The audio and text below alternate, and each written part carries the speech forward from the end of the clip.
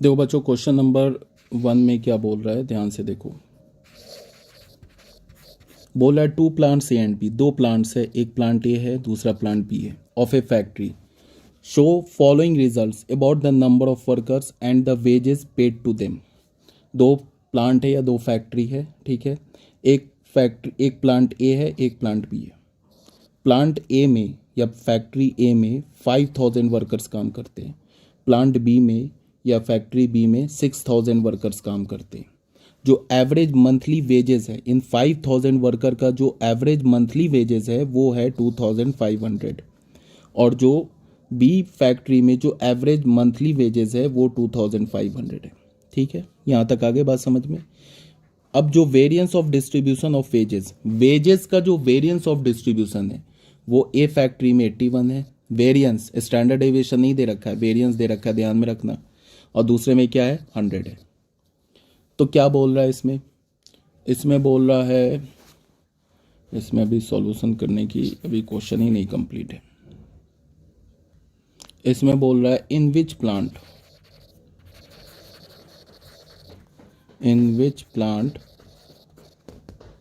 ए और B is there greater variability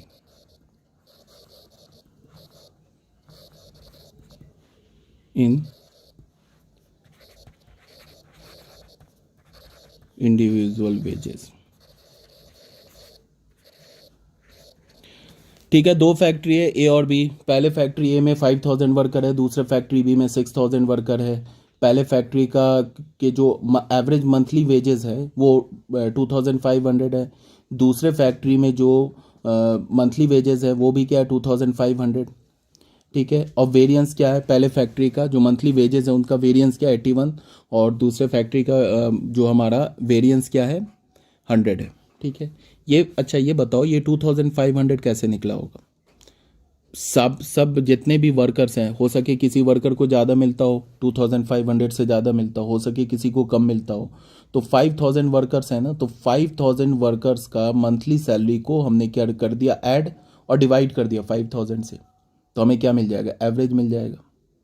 ठीक है, अब ऐसा नहीं है कि ये जो एवरेज मंथली वेजेस है इसका ये नहीं मतलब है कि हर एक वर्कर को 2500 रुपये मिलता है। हो सके किसी को 5000 भी मिलता हो, किसी को 500 रुपये भी मिलता हो। ठीक है, कोई फ्री में भी काम कर रहा हो, ये भी हो सकता है। बट यहाँ क्या है कि सारे वर्कर्स, ये पहले फैक्ट्री में है ना 5000 वर्कर्स, उन सारे वर्कर्स के सैलरी को हमने ऐड कर दिया और 5000 से डिवाइड कर दिया, तो हमें क्या मिल गया, 2500। दूसरे फैक्ट्री में 6000 वर्कर्स हैं, उन सारे 6000 वर्कर्स के सैलरी को हमने ऐड कर दिया, फिर 6000 से डिवाइड कर दिया, तो हमें मिल गया 2500। ठीक है, तो प्लांट ए या फैक्ट्री ए में जो एवरेज मंथली वेजेस हैं और जो प्लांट बी या फैक्ट्री बी में जो एवरेज मंथली वेजेस हैं वो आ गया इक्वल। अब दोनों का वेरिएंस दे रखा है। पहले फैक्ट्री का वेरिएंस क्या है, ए फैक्ट्री का वेरिएंस है हमारा 81। तो ऐसे हम लिखेंगे सॉल्यूशन में, ए लिखा और यहाँ डालेंगे सिग्मा 1² मतलब ए फैक्ट्री के जो स्टैंडर्ड डेविएशन होगा उसको हमने सिग्मा 1 से डिनोट किया। ठीक है, और ए रिप्रेजेंट कर रहा है कि ये फैक्ट्री का जो वेरिएंस है, स्टैंडर्ड डेविएशन को सिग्मा 1 से रिप्रेजेंट किया, तो सिग्मा 1 का स्क्वायर क्या होगा, वेरिएंस। तो ये किसके इक्वल हो जाएगा, ए के इक्वल हो जाएगा। तो यहाँ से हमें क्या मिला, ए फैक्ट्री का जो स्टैंडर्ड डेविएशन है उसको हमने सिग्मा 1 बोला, वो मिल गया 9। ठीक है, वो हमें क्या मिल गया, 9। ठीक है, इसमें कोई प्रॉब्लम नहीं है। उसके बाद क्या है कि जो बी फैक्ट्री है उसका जो हमारा वेरिएंस दे रखा है उसको हमने सिग्मा, स्टैंडर्ड डेविएशन को सिग्मा 2 से रिप्रेजेंट किया, तो सिग्मा 2 का स्क्वायर क्या हो गया, वेरिएंस हो गया, वो क्या दे रखा है, 100। तो स्टैंडर्ड डेविएशन क्या हो गया, ये हो गया 10।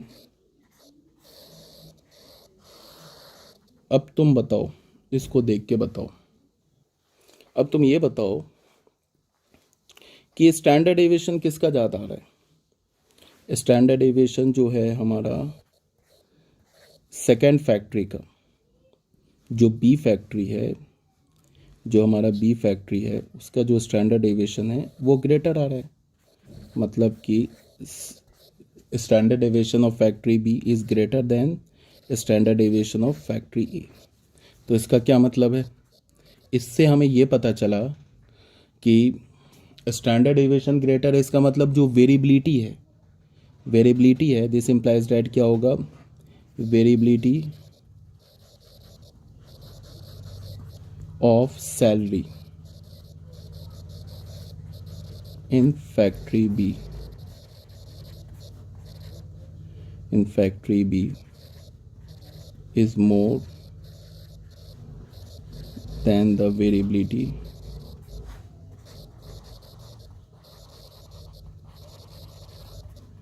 of salary in factory. मतलब बी फैक्ट्री में जो सैलरी की वेरिएबिलिटी है वो ए फैक्ट्री के सैलरी के वेरिएबिलिटी से ज़्यादा है। मतलब कुछ ऐसा होगा कि एक को तो मिल रहा होगा 500, एक को मिल रहा होगा 5000, किसी को मिल रहा होगा 3000। तो वेरिएबिलिटी जो है ना, वेजेस में जो वेरिएबिलिटी है वो बी फैक्ट्री के वर्कर्स में ज़्यादा है। बी फैक्ट्री के जो वर्कर्स हैं ना, उनके सैलरी में वेरिएबिलिटी ज़्यादा है। किसके कंपैरिजन में? ए फैक्ट्री के वर्कर्स के कंपैरिजन में। तो यहाँ से हम क्या बोलेंगे, consistency of salary in factory B is more than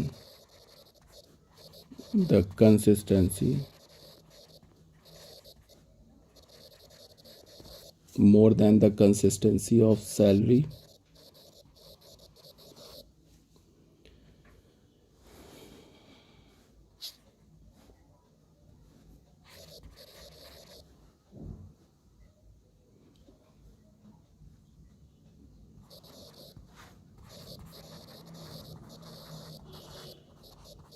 अब देख लो वेरिएबिलिटी तो जो है वो बी फैक्ट्री की जो वेरिएबिलिटी है सैलरी की वो ज़्यादा है। किसके कंपैरिजन में? फैक्ट्री ए सैलरी के ये फैक्ट्री ए के कंपैरिजन में। मतलब ये है कि जो फैक्ट्री बी में जो लेबर्स हैं उनको जो सैलरी मिल रहा है उनके सैलरी में काफ़ी डिफरेंस है। ठीक है, किसके कंपैरिजन में? फैक्ट्री ए के लेबर्स के या फैक्ट्री ए के वर्कर्स के कंपैरिजन में। तो अगर फैक्ट्री बी के में सैलरी की वेरिएबिलिटी ज़्यादा है तो फिर फैक्ट्री बी में जो सैलरी की जो कंसिस्टेंसी होगी वो कम होगी than the consistency of salary in factory A. यही बोल रहा है, बस हमने स्टैंडर्ड डेविएशन देख के ही बता दिया, बस इतने ही में ख़त्म हो गया क्वेश्चन। नेक्स्ट क्वेश्चन में आते हैं बच्चों। नेक्स्ट क्वेश्चन में आ जाओ। इसमें क्या बोल रहा है, coefficient of variation of two distribution. दो डिस्ट्रीब्यूशन है जिसका कोफिशिएंट ऑफ वेरिएशन क्या दे रखा है, 60 and 70 and their standard deviation 21 and 16 respectively. What are their arithmetic mean. ये बिल्कुल फॉर्मूला पुटिंग क्वेश्चन है। ठीक है, देखो ध्यान से क्या गिवन है हमारे पास, क्या गिवन है, coefficient of variation first distribution का।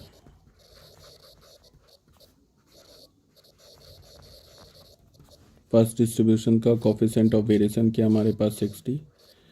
ठीक है, और उसके क्रॉसपॉन्डिंग जो स्टैंडर्ड डेविएशन है दे रखा है ना, उसको हमने क्या मान दिया है, 21 एंड 16। हाँ 21 है जो हमारा कोफिशिएंट ऑफ वेरिएशन है सेकंड डिस्ट्रीब्यूशन का।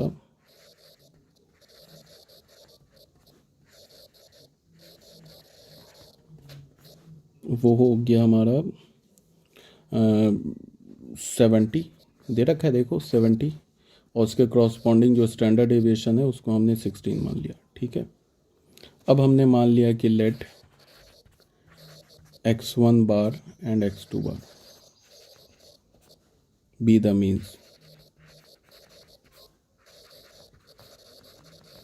The means of first and second distribution.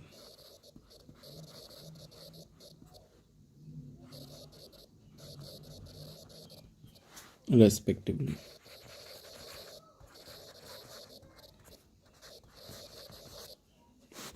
Then ठीक है, तो ये क्या हो जाएगा, 60 इज इक्वल्स टू, पहले का क्या दे रखा है 20, यही होता है ना कोफिशिएंट ऑफ वेरिएशन का फॉर्मूला क्या होता है, कोफिशिएंट ऑफ वेरिएशन का यही होता है ना, रो अपॉन मीन इनटू 100, यही होता है ना फॉर्मूला। तो पहले वेरिएशन के लिए निकाल लेते हैं, 60 है तो 60 और उसका स्टैंडर्ड डेविएशन क्या है 21, मीन क्या है x1 बार इंटू 100, तो यहाँ से क्या हो जाएगा, x1 बार निकाल लो, यहाँ से क्या हो जाएगा, x1 बार क्या हो जाएगा 21 इंटू 100 अपॉन 60, 2 3 2 5 105/3, ठीक है। अब coefficient of variation second observation क्या हो जाएगा, कोफिशिएंट सेकेंड डिस्ट्रीब्यूशन, ये तो फॉर्मूला पुटिंग क्वेश्चन था, इसमें ऐसे ही क्वेश्चन आते हैं, √2 अपॉन x2 बार इंटू 100, ये क्या दे रखा है 70 दे रखा है, ये हो गया 70 और √2 बार क्या दे रखा है, मतलब स्टैंडर्ड डेविएशन क्या दे रखा है 16, हमें x2 बार चाहिए इंटू 100, इसको लेफ्ट हैंड साइड ले आओ और 70 को राइट हैंड साइड ले आओ, तो क्या हो जाएगा x2 बार क्या हो जाएगा 16 इंटू 100 अपॉन 70, क्या हो जाएगा 160 अपॉन 7, तो एक आंसर तो हमारा ये हो गया,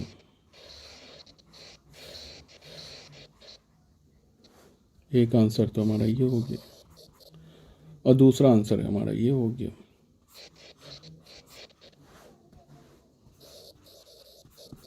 ठीक है, ये हो गया हमारा क्वेश्चन नंबर 2। अब आते हैं हम लोग नेक्स्ट क्वेश्चन में। बच्चों क्वेश्चन नंबर 3 में आ जाओ। इसमें क्या बोला है, the following values are calculated in respect of heights and weight. Heights के और वेट्स के रेस्पेक्ट में वैल्यूज कैलकुलेट किया जा रहा है of the student of A section of class 11। मतलब क्या कहा जा रहा है कि हाइट, कोई स्टूडेंट जो है ना, मतलब क्लास 11 के स्टूडेंट है, उनकी हाइट का जो मीन है वो 162.6 सेंटीमीटर है और उनके हाइट का जो वेरिएंस है वो 127.69 सेंटीमीटर स्क्वायर है। और क्लास 11 के जो स्टूडेंट है उनके हाइट वेट का जो मीन है वो 52.36 kg है और जो वेट का जो वेरिएंस है वो क्या है 23.1361 kg स्क्वायर। बोल रहा है can we say that the weight so greater variation than height. क्या हम ये बता सकते हैं कि जो क्लास 11th क्लास के जो स्टूडेंट है उनके वेट का जो डिस्ट्रीब्यूशन है या जो वेट जो है वो ज़्यादा डिस्पर्स्ड है किसके कंपैरिजन में, हाइट के कंपैरिजन में।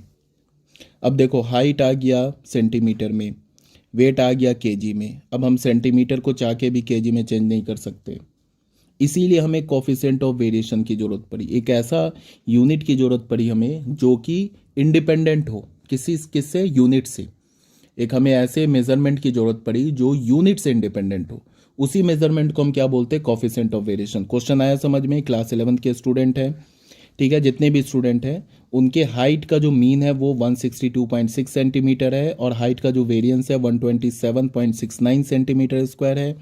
जो वेट का मीन है वो है 52.36 kg और जो वेट का वेरिएंस है वो है 23.1361 kg स्क्वायर। तो बोल रहा है कि क्या क्लास 11th के जो स्टूडेंट है उनका वेट जो है वो ज़्यादा वेरिएबल है या ज़्यादा डिस्पर्स्ड है उनके हाइट के कंपैरिजन में। तो ये पता कैसे चलेगा, कोफिशिएंट ऑफ वेरिएशन से, सिंपल सी बात है। तो स्टार्ट करते हैं सॉल्यूशन। वेरिएंस ऑफ हाइट क्या दे रखा है, वेरिएंस ऑफ हाइट क्या दे रखा है, हाइट का वेरिएंस दे रखा है 127.69 सेंटीमीटर स्क्वायर। तो स्टैंडर्ड डेविएशन ऑफ हाइट क्या हो जाएगा,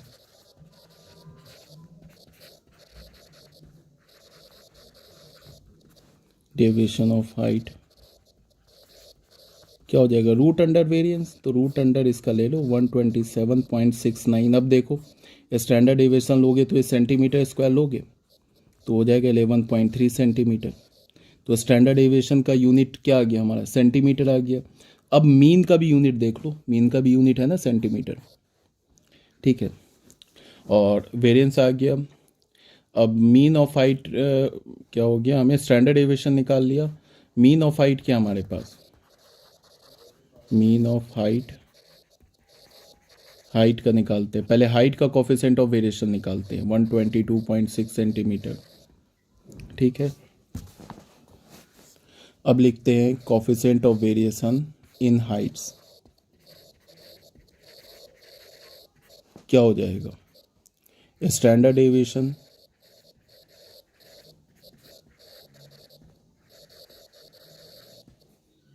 upon mean into 100। Standard deviation क्या है, वो है 111.3 सेंटीमीटर। और मीन क्या है, मीन है 162.6 सेंटीमीटर इंटू 100। अब देखो यूनिट कैंसिल हो गया। अब इसको तुम सॉल्व करोगे तो ये आ जाएगा 6.95। अब ये देखो इंडिपेंडेंट हो गया ना यूनिट से। अब फिर आते हैं वेरिएंस ऑफ वेट क्या है, वेरिएंस ऑफ वेट, वेट का वेरिएंस क्या है, वेट का वेरिएंस है हमारा 23.1361, 23.1361 kg square. Standard deviation of weight क्या है,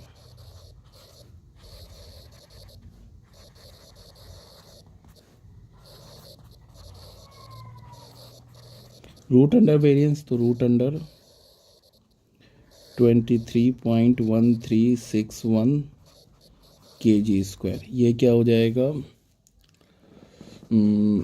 ये हो जाएगा तुम्हें वेट का, ये हो जाएगा 52, सॉरी ये हो जाएगा 4.81 kg।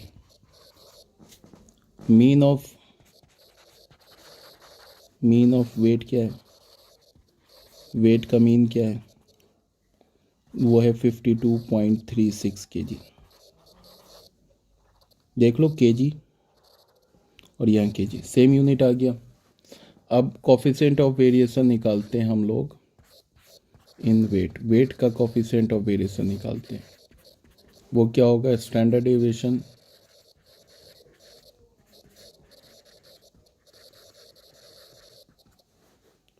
Of weight upon mean of weight, weight into 100। Standard deviation क्या है वेट का, 4.81 kg। मीन क्या है हमारा 52.36 kg इंटू 100। kg कैंसिल, इसको तुम सॉल्व करोगे तो 9.18 आ जाएगा। तो वेट का हमें कोफिशिएंट ऑफ वेरिएशन क्या मिला, 9.18। अब जो हाइट है वेट का मिल गया, और जो हाइट है उसका कोफिशिएंट ऑफ वेरिएशन क्या मिला, 6.95। तो इसका क्या मतलब है,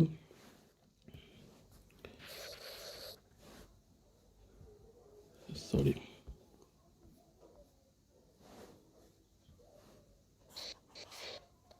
इसका मिला मतलब ये पता चला, coefficient of variation in weight क्या है, ग्रेटर है ना coefficient of variation in height. देखो ये वेट का क्या मिल रहा है 9.18 और हाइट का मिला है 6.95। इसका मतलब क्या है, weight of students in class 11 is more dispersed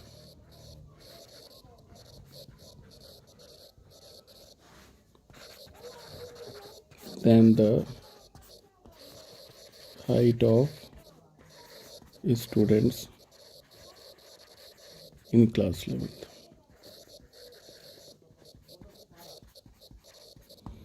इसका मतलब क्या है कि जो स्टूडेंट का वेट है ना क्लास 11th में वो ज़्यादा डिस्पर्स्ड है। ज़्यादा डिस्पर्स्ड होने का मतलब कि किसी का 40 केजी होगा तो किसी का 48 केजी होगा, मतलब ज़्यादा गैप है वेट में हाइट के कंपैरिजन में।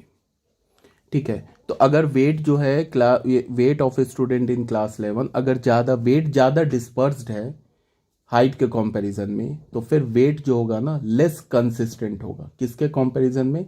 हाइट के कंपैरिजन में। More variability, less consistency, less variability, more consistency, याद रखिएगा। ठीक है, तो एज सच हमारे ये चैप्टर कंप्लीट हो गया और स्टैटिस्टिक इससे ज़्यादा कुछ भी नहीं है। अब तुम लोग करोगे क्या कि इस वीडियो लेक्चर को देखने के बाद क्या करोगे कि जो भी डाउट होगा पूछोगे, मैं वीडियो लेक्चर बना के सेंड करूँगा। ठीक है ना? ओके।